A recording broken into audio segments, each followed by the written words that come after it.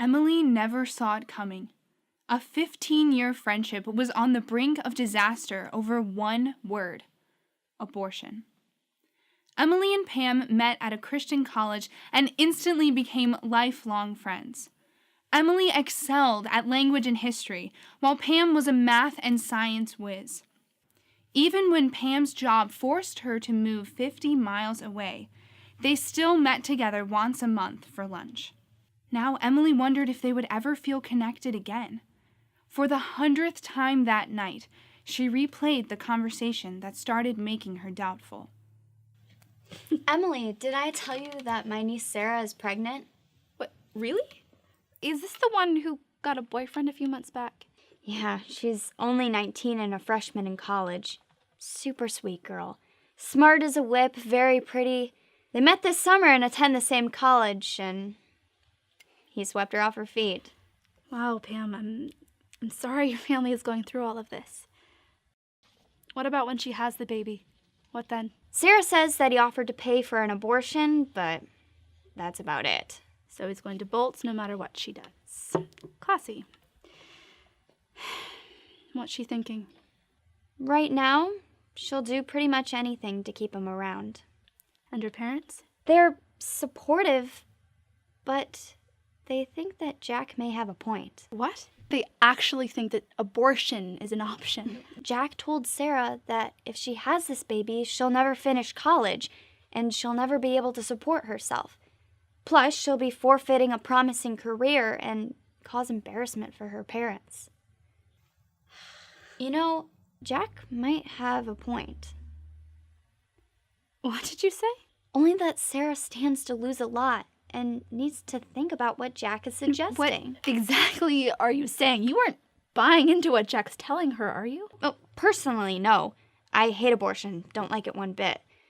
But Sarah needs to make the right decision for herself. We're not in a position to judge. Pam, I'm shocked. How could killing an innocent human being ever be the right call? I personally don't think it is. Like I said, I don't like abortion one bit, and I hope that she keeps the baby. But that's not my call. If you and I don't like abortion, we shouldn't have one. But Sarah has to make a decision that's right for her. No, I don't understand. How can a Christian, or anybody else for that matter, ever think abortion is right just because it would solve a difficult life problem? No. You've got me all wrong. I'm a Christian and I hate abortion. I think she should keep the baby. But Sarah has to make a decision that's right for herself. None of us are in a position to judge. Pam, it's not about that. Okay, so consider the consequences, Emily. If abortion is made illegal, then Sarah and other girls like her will be forced to get an illegal abortion. If they're caught, they'll be thrown in jail. And they'll be forced to give birth to a child that will remind them of something they'd rather forget. I still don't understand. How does any of that make abortion right? Right and wrong don't change just because we don't like the consequences of our choices or something terrible happens to us. God might have something to say about this, you know. The Bible doesn't say anything about abortion. It doesn't even use the word. Are you seriously suggesting that the Bible is okay with abortion? Again, I'm just saying that we shouldn't force our morals on others. And Sarah has a right to make her own private decisions. What happens when she has this kid? She can't afford him. There are too many other abandoned kids out there. Who's going to pay for them all? Plus, Sarah's raising this kid all on her own. She has a lot that she's dealing with right now. When it comes to abortion, many pro-life Christians aren't sure what to say or where to begin. Sure, they have a strong conviction that abortion is wrong, but defending that position can be quite difficult. After all, there are just so many issues involved. Science, privacy, and personal rights, to name just a few. But what if there was a simple, convincing way to frame this discussion? Let's listen as Emily narrows the abortion debate down to one simple question. What is the unborn? Pam, you say that privacy is the issue. that a person has a right to make their own private decisions. But let's pretend I have a 2-year-old.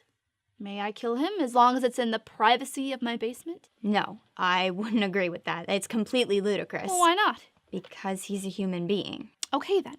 Since the unborn are human beings like toddlers, we shouldn't kill them in the name of privacy any more than we should kill a toddler for that reason. Pam, you're comparing apples with oranges. Those are two completely unrelated things. Look, killing a toddler is one thing, but terminating a pregnancy is another. Okay, so that's the issue, isn't it? Are the unborn human beings like toddlers? That's the issue that matters. But what if there are poor women who can't afford to have another child? What, so if my kid gets expensive, I can just kill him? What if a large family decided to kill 3 of its youngest children just to ease the family budget? Would that be okay? Well, no. But killing children and aborting a fetus are different. So once again, the issue is, what is the unborn? Is the fetus the same as a human being? We can't escape that question, can we? Notice how Emily has not ventured into science, biology, or personal rights. She can do that later.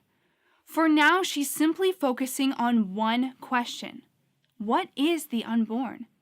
That's the crux of this debate, and it clarifies many of the tougher questions, and even some very serious ones.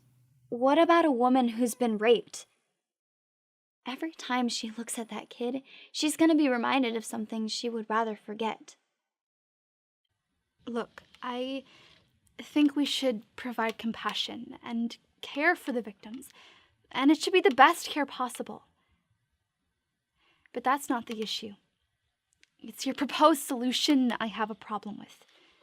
Tell me, how should a civil society treat innocent human beings who remind us of something painful?